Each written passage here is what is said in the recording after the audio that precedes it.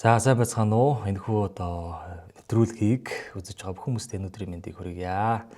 За намайг Оюнбаатар өвгтэй гам зүрэг гэдэг. За манай аавыг Хөлзөөтгийн Оюнбаатар гэдэг, ээжийг Агван цэрэнгийн Алтан цэцэг гэдэг. Одоо миний амьдралын хамгийн одоо үнцэнтэй хүмүүс бол мэдээж хэрэг аав ээж маань байгаа. За аав ээж маань Хэдэн аймгийн Өмнөлгөр сум Талын болол 4-р багада мал гэж ингээд амьдардаг аа. За одоо миний эрхэлж байгаа ажил бол Хэдэн аймаг Хэрлэн сумын засаг даргын тамгын газар засаг даргын хэвлэлийн ажилтан гэсэн даалгавар тушаал дээр ажиллаж байгаа. За миний тухайд 2012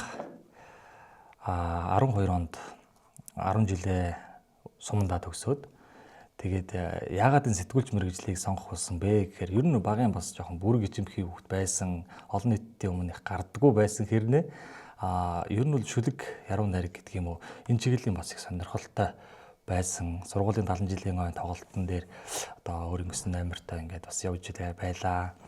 Тэгээд ээжтэйгээ 10 жилээ төгсөөд эсэлтийн ерхий шалгалт өгөх гээд одоо сумаасаа аймаг руугаа мотоциклтэй ирж ялаа хоёлаа. Тэгээд би чинь эсэлтийн ерхий шалгалт өгөөд ер нь бол яг энэ чиглэлийн юм бас бодсон байсан. Тэгээд Идэр их сургууль гэж одоо байгаа. Идэр их сургуулийн сэтгүүлч, радио, телевизийн хөтлөгчийн ангийг одоо аваад гараад ирэхэд манай ангийн багш шүү. Тэтэнд байсан одоо нутгийн хүмүүс их баярлж исэн. Тэгээд би ч бас өөрөө их дуртай байсан. Тэгээд энэ мэрэгжлээрээ суралцсан төгссөндөө баяртай байна.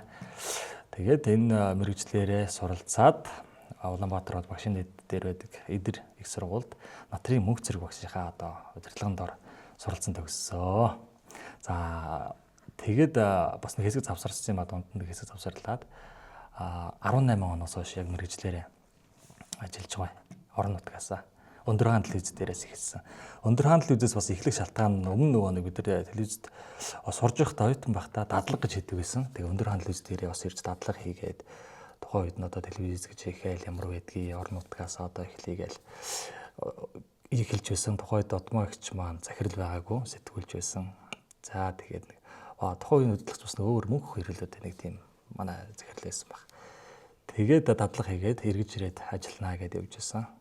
Тэгээ 18 оноос хойш эргэж ирж ороод 23 хүртэл одоо энэ салбартаа чин үнэчээр ажилласан. Тэгээ ажиллах хугацаанд мэдээж хэрэг анх ирэхэд бол зөвхөн нөгөө онлын мэдлэгтэй байсан практик дээр одоо бас үндэслэл харьцангуй бага хийх зүйлд мэдэхгүй зүйл их байсан л да. Тэгээд зураглаж чадаагаад эвлүүлгээ бас ингээл бүхэл зүйл дээр нь явсаран байгаад л тууштай явсны эзэн дээр одоо зах юм бас чадвартай, ойлголттой болоод одоо ингээд явж байгаа та их баярлагдав. Хүн ер нь одоо анх ихэлсэн газраа байгууллага хамт олно гэдэг юм уу ямар ч тохиолдолд одоо магтах хэрэгтэй байх гэж миний үед боддгийн.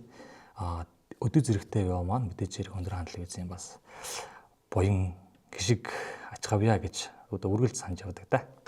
Одоо ч 18 оноос өдөө хүртэл би хэвлэлийн салбартаа тасралтгүй ажилласан гэж ойлгож байгаа. 18 оноос хойш 23 хүртэл ингээд телевизээрээ явчихгуудаа 23 оноос хойш манай Хэдэн аймгийн цагдаагийн газар маань ерөөдөө санал тавиад ажиллаулъя гэдэг. Тэгээ хэдий цагдаагийн байгууллагад орсон ч гэсэн яг л энэ хэвлэл мэдээллийн чиглэлийн өрсөн сэргийлэх видео стор контент гэдэг юм уу юмнуудаа хийгээд ингээд явж исэн хажуугаар нь. Тэгээ яг нэг ойлголт нь бол нөгөө цагдаад ороод өмнө нь бол бас ойлголтын зөрүүтэй байсан л та. Жохон хүн бүхэн л юм дургүй гэдэг цагтыг харахаараа мосоо цагдаа нар гэдэг. Гэвчиг яг тэ дотор нь ажиллаад байнгут яг ард иргэдийгээ төлөө ажилтдаг цаг наргүй байдаг, ар гэрээ умартдаг гэдэг олон асуудлууд байдаг. Шуурхай удирдлагын тасагт нь дуудлага хүлээ авах чичүүрийн цагтаа бас хичээлээ. 24 цаг ингээд нойргүй дуудлага хүлээ аавна. Харин орон нутаг хэрцэнгуй баг хэрнээл бас дуудлагатай байгаа шүү дээ. Тэр дунд чинь тэгэл бас ер нь л дандаа л болохгүй болохоор цагдаа дуудаж байгаа. Тэр болгон дээр л албагч нар маань очихыг одоо очиж ажилдаг. Тэгээд ер нь асуудлууд их байдгийн билээ. Иргэдээс бас өөрсдөөс нэг буруу байдгийн билээ шүү гэж би харсан л та. Ер нь дандаа тэгэл арх согтуурлах ундаатай холбоотой юм тэр зөрчлүүдүүд. Тэгэл зарим нь одоо юу гэдэг согтуу арх ууч залгаж байгаа хүмүүс байж лээ. Гэх мэтчлэн одоо ийм зүйлүүдийг бас ойлгосоо дотор нь ажиллаж ойлгосон.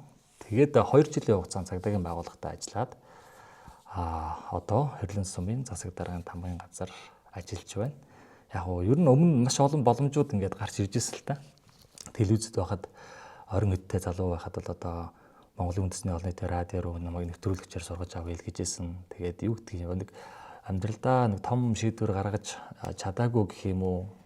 бас тийм үед байгаа. Ер нь энэ орон нутгийг би сонгоцсон учраас энэ чэнэ байх ёстой, гэр бүлийн чэнэ байгаа. Мэдээж хэрэг хүүхдүүдийн өсөж байгаа орчин эрүүл, цэвэр агаартай, одоо энэ тогтвортой байх ёстой гэж орон нутгийг сонгосон. Тэгээ мэдээж хэрэг ээж аав бас их ойрхон байна, ирж очиж яхад гэдэг нэг иймэрхүү зүйлүүд байсан. Тэгээ энэ чинь амьдарч байгаа орчин дээрээ бас тогтчлтууд хийцэн ба ирээдүйн төлөвлөгөөгөө гаргацсан учраас Улаанбаатар хот руу зориглож явж бас чадаагүй. Цагдаагийн байгууллагт багт мөн бас цагдаагийн ерхий газрын хэвлэл мэдээллийн төвөөс ирж ажиллаач гэдэг жилээсэн. Тэгээд тухайн үед нь бас энэ орон нутагт ажиллаж байгаа учраас би энэ чинь байна л гэдэг.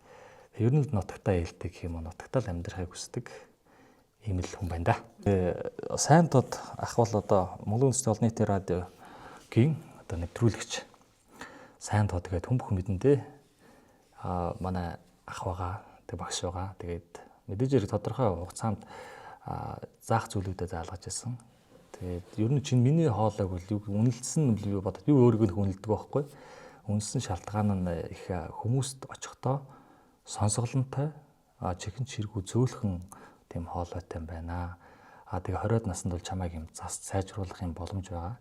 Хэрвээ 30 гараа явчих юм бол чиний хоолой яг нэг терминдээ суучих учраас бас боломж харьцангуй багасч шүү гэж хэлж ийсэн. Одоо хүртэлтэй холбоотой л байгаа баг сар зүйлүүдийг асууж байгаа. Гэтэ бүрэн үгдийн ойлголттой сурцсан гэж бол хэлж болохгүй л те. Суралцаал явж байгаа. За би чинь нэг оюутан байхдаа 2 дугаар 3 дугаар курстэй анх их нэртэйгээ танилцаад ер нь одоо ингээд би боддог байхгүй 18 9-тэй танилцж ирсэн гээд харангууд одоо энэ хүүхдүүдийг харангууд айгу жоохон хүүхдүүд байгаа гэдэг.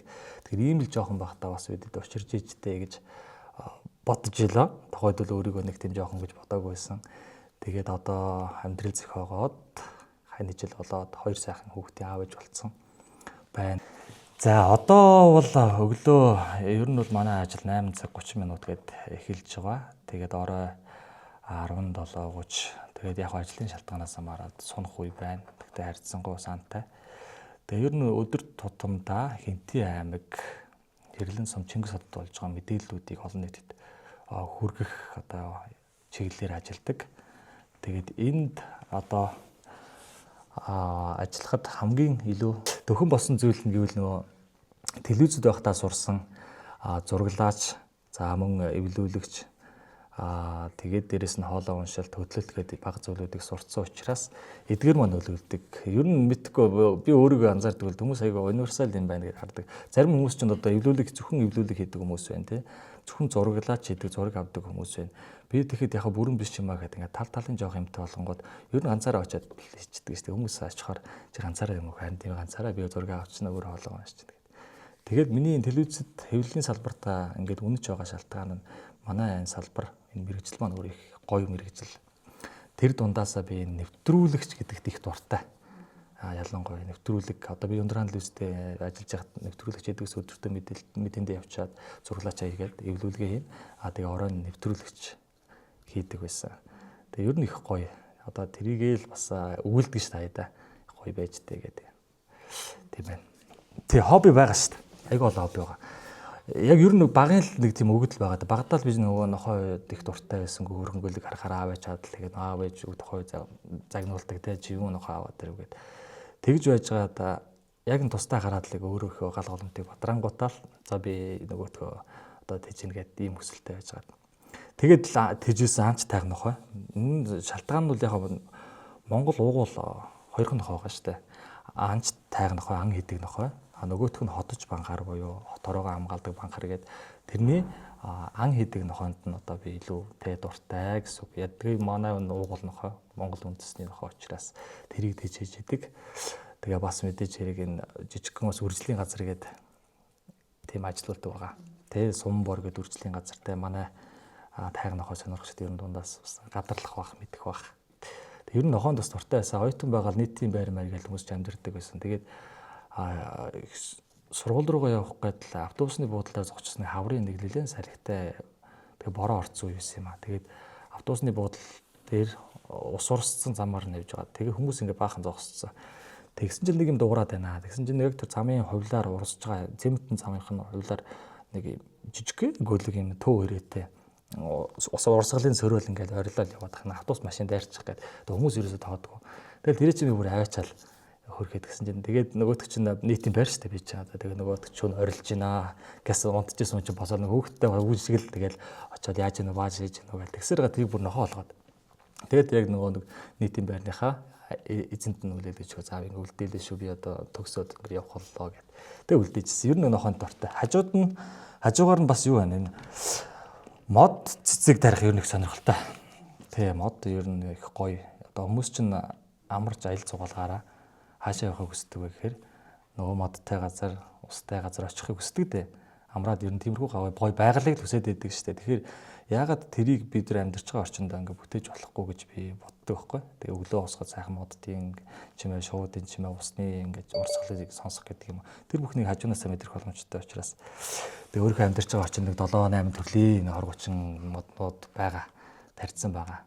Тэг яг өмнө олон жилийн өмнө тарьсан чинь 4-5 жилийн өмнө ч лөө тэгээд тухайн үед чинь бас машин тэрэг бас байхгүй, нусны дэрэгч байхгүй байсан шүү дээ. Ер нь минь манайхаа тэгэнгүүт чинь яадаг вэ? Хоёр үгнээний цаанаас нь хоёр шар саатаа ингээл барайл ингээл алхдаг байлаа шүү дээ. Ирээл нөгөөд чинь услаад дуусчих. Тэгээд дахиад явдаг гэдэг юм. Тэгсээр байгаад ургуулж ирсээ. Тэгээд игнэрүүг орохдоо боддог гэсэн юм. За энэ дээс ингээд манай хашаанаас мод цохойцсон нэг л өдөрт мод цохоход гараад ирэндээ дээш ургаа. Тэгээд бодож исэн чинь өнгөрсөн 2 жилээс хулаал цохоосаар хагаад одоо бүр ингээд хамгийн одоо өндөр модтой гэх юм.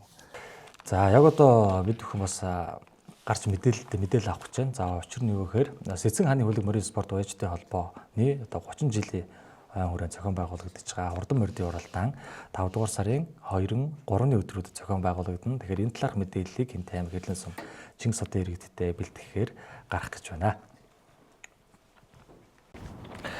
За өнөөдрийн ажил одоо өндөрлөж байна. Одоо 6 цаг болж байна. Тэгээд миний одоо ертөнцөөр багахан хэмжээнд аялсан та бүхэнд бас баярлалаа.